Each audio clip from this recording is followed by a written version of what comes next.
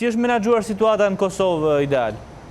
Mendoj që sot ka qenë, ose në faktën është kthy pak në normalitet, sidomos tek komunat që shtrihen në pjesën perëndimore të Kosovës, me Gjakovën, Junik dhe Qandër-Ovec, të cilat janë gdhirë në një situatë pak më të mirë. Kjo për shkak të sereshjet ka ndaluar të shiut dhe ka filluar bora pasaj në gjithë territorin e Kosovës. Nga rrafshi Dugaxhinit vetëm Klina ende rrezikon pak për shkak të ngritjes së nivelit të drinit të bardhë, përndryshe në të gjithë lumenjtë e tjerë ka pasur rënje.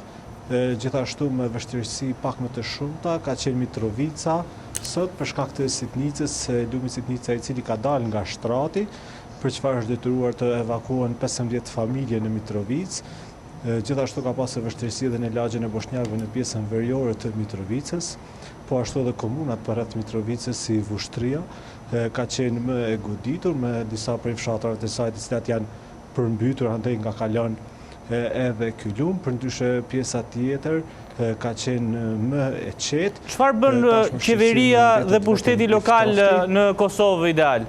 Tani bara kryesore për menaxhimin e kësaj situate ka qenë kryesisht tek komunat, tek niveli lokal, të kryetarët të cilët kanë ngritur shtabet e tyre me njëherë.